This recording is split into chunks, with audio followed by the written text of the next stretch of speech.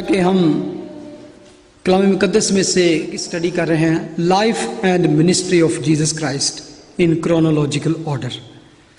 तो जैसे कि हमने उन 12 शागिर्दों का 12 डिसाइपल्स के बारे में हमने शुरू किया, तो आज फिर मैं आपके सामने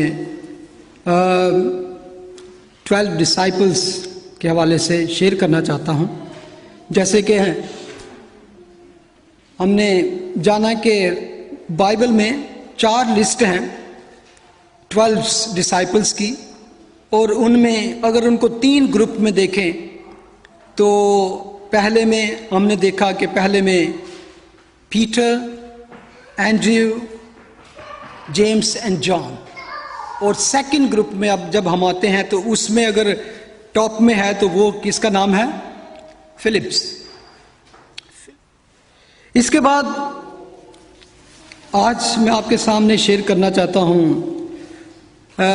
सेकंड ग्रुप में से बर्तोलोमी।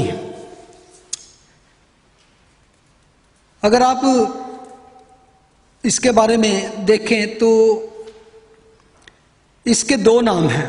Actually many believe, most of 99% believer believe ये नेथनियल का दूसरा नाम है।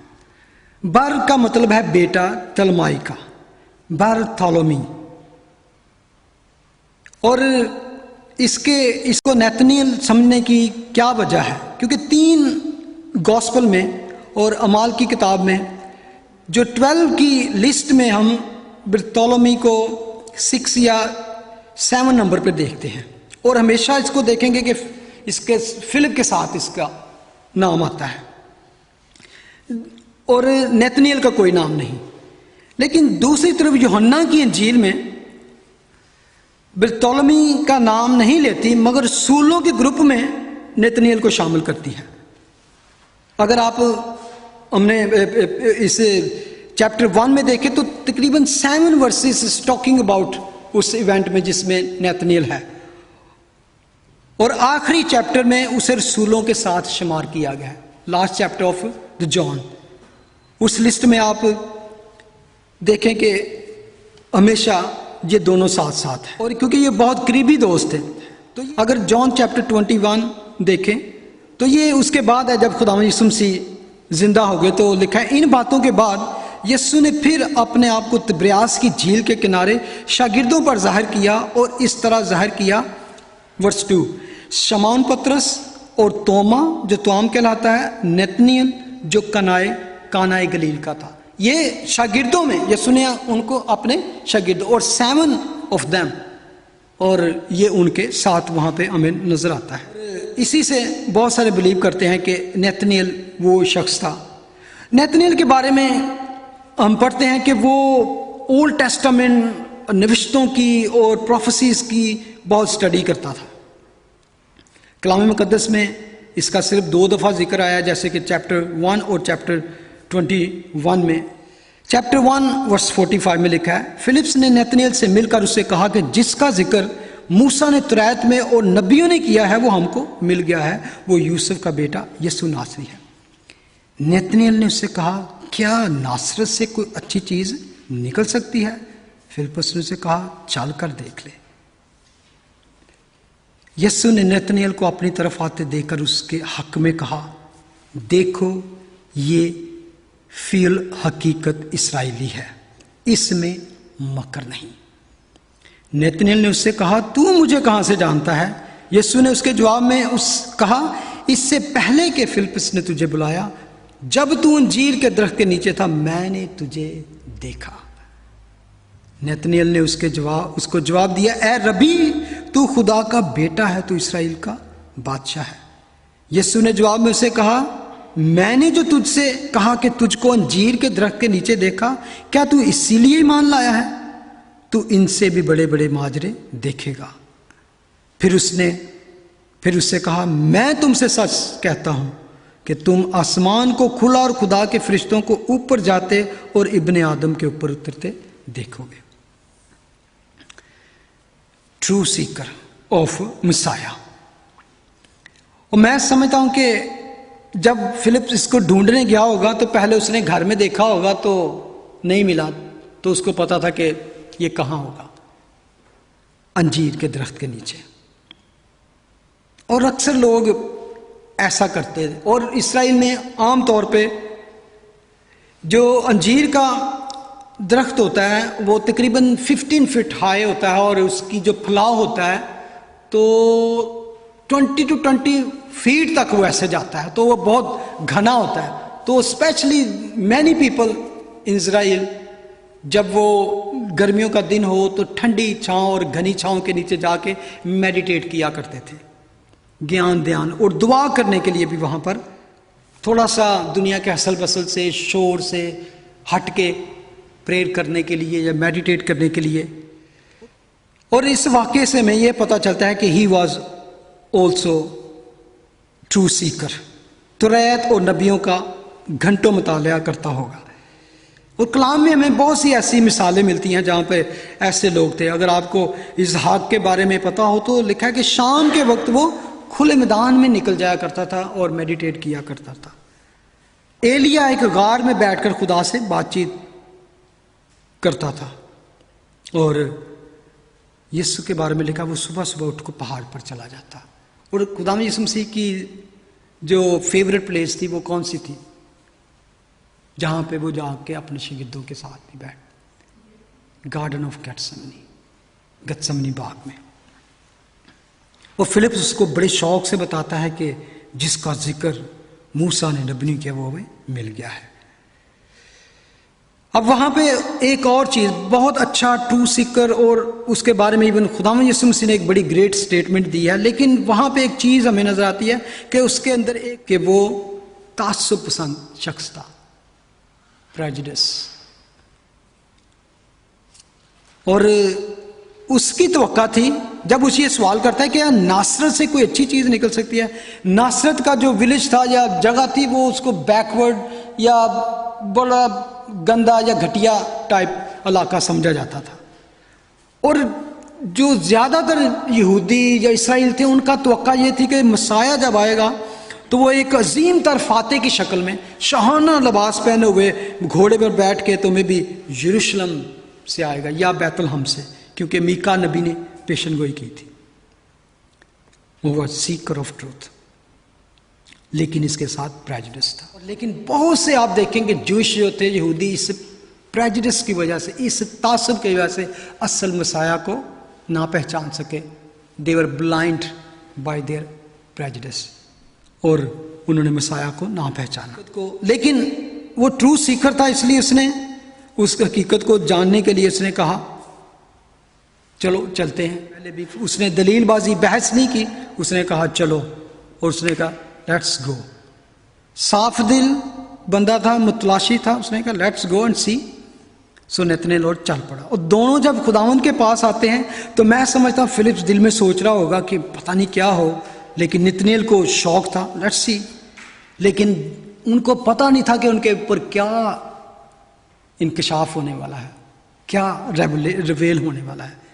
जब खुदावंद ने इसको अपनी तरफ आते देखा तो खुदावंद ने कहा Behold an Israelites, real, in whom is no hypocrisy, no घायल।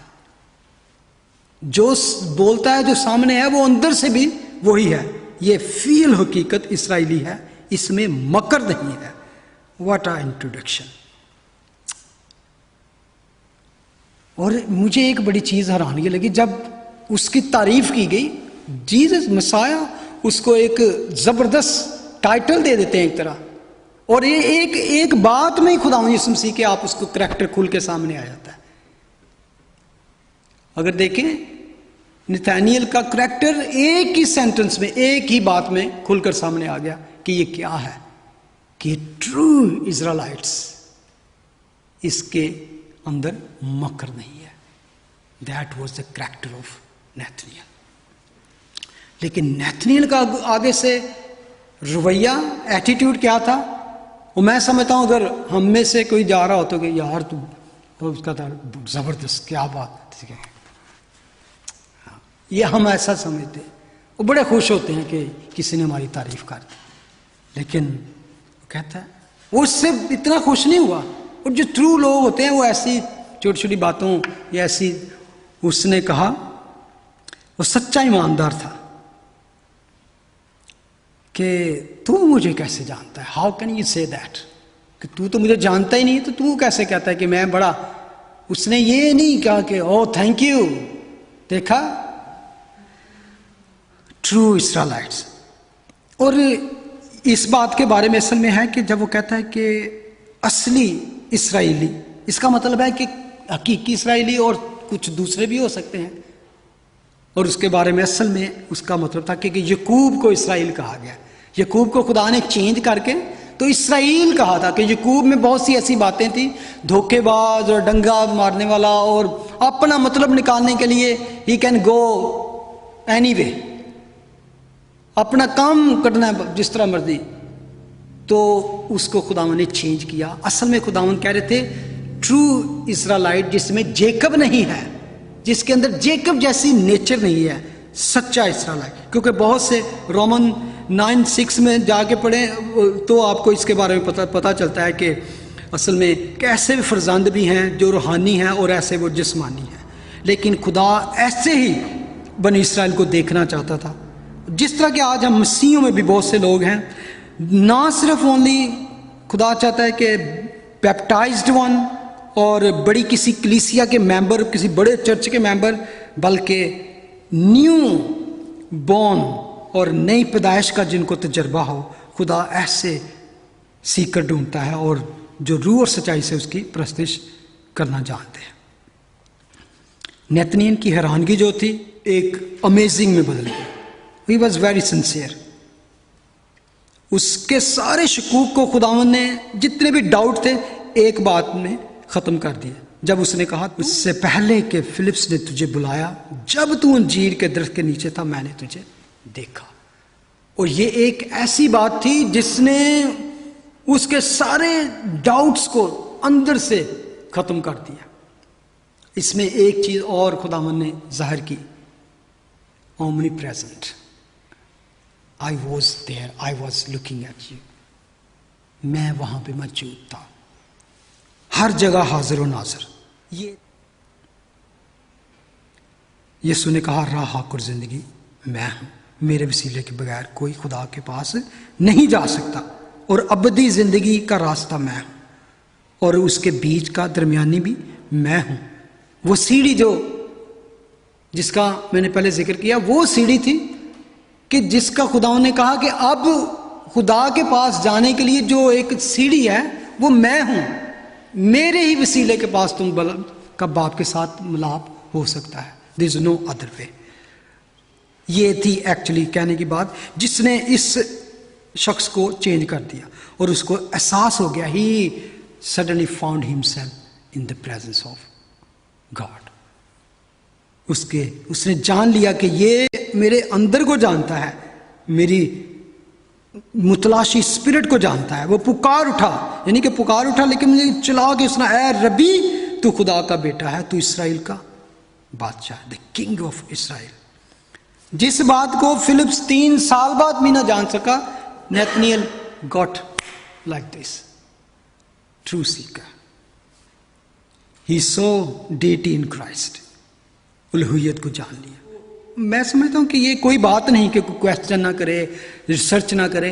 बाइबल अलाउड करती है, गो एंड डीपली सर्च, डिग, जितना मर्जी रिसर्च करना है।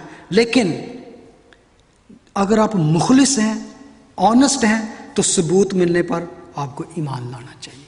If you got this proof, you have to leave your prejudice behind, then become. मैं study के दौरान में चेक कर रहा था तो 18th सेंचुरी में इसी इंग्लिस्तान में, इंग्लैंड में एक शख्स गुजरा, लॉर्ड लिटलटन। वो पार्लियामेंट का रुकन था, एक बहुत ऊंचे तबके से ताल्लुक़ रखता था। तो उसका एक दोस्त था और गिलबर्ट वेस्ट, आप दोनों नाम याद रखते हैं, कभी नेट पे जाकर चेक कर लें, लॉर्ड लिटलटन और गिलबर्ट वेस्ट। और ये दोनों इस चीज़ पे कायल थे कि बाइबल इज नॉट ट्रू। उन्होंने क्या किया कि एक प्लान किया कि we will prove that Bible is wrong, और उन्होंने मसीहत को ख़त्म करने के इरादा से एक फ़ैसला किया कि हम उसकी जो फेमस स्टोरीज़ हैं बीच में से उन पर सर्च करके तो इसको झूठी साबित करेंगे। और दोनों ने एक एक वाक़े का चूज़ किया। जो लॉर्ड लिटलटन था उसने पौलुस की तब्दीली के बारे में, कन्वर्जन ऑफ पॉल, उसको चूज़ किया, और गिलबर्ट वेस्ट जो था उसने क़यामतुल मसीह, रिजरेक्शन ऑफ क्राइस्ट के बारे में। वो दोनों ने ये वाक़या इशू को, टॉपिक को चूज़ किया, और उनके पास टाइम बहुत था और अपने वो पूरे तासुब के साथ, पूरी जोश और लगन के साथ लग गए कि हमने किसी न किसी तरह साबित करना है कि दिस इज़ टोटली फॉल्स। और कुछ अर्से के बाद जब वो आपस में बैठे, उन्होंने अपनी रिसर्च को जो स्टडी किया था सामने, फाइंड्स जो थी, उन्हें फाइंडिंग्स जो थी, रिसर्च थी, स्टडी थी, जब उन्होंने एक दूसरे के साथ शेयर किया, देखा, तो उन्होंने पाया, उनकी पूरी रिसर्च से उन्होंने पाया कि ये Bible is true word of God. पूरे लगन के साथ उन्होंने, बल्कि उन्होंने मशहूर कर दिया कि we are going to prove the Bible is false. वो पता है क्या हुआ, इस रिसर्च और इस तहकीक और इन्वेस्टिगेशन की वजह से 2 वंडरफुल बुक्स मंजर आम पर आई, और you can go and read दोनों ये बुक्स जो हैं, the conversion of the Paul and resurrection of Christ, now defend कि ये Bible is true word of God. ये हैं what kind of people God can use, all kind of people, शक्की हों, तासबी हों, बोल्ड हों, कमज़ोर हों, God can use anybody. Let's stand up, will pray for that. Hallelujah. खुदावन तेरा शुक्र, तेरी हम्द, तेरी तारीफ हो आज की इस शाम के लिए, खुदावन इस कलाम के लिए हम तेरा शुक्र करते हैं। बेशक खुदावन हम में बहुत सी कमज़ोरियां हैं, बहुत सी ऐसी बातें हैं खुदावन, लेकिन तेरे कलाम से हमें ये इनकरेजमेंट मिलती है, तेरे कलाम से ये हमें हौसला मिलता है कि still we can be your vessel in your kingdom, use us, make us whole. We ask in Jesus' name. Amen.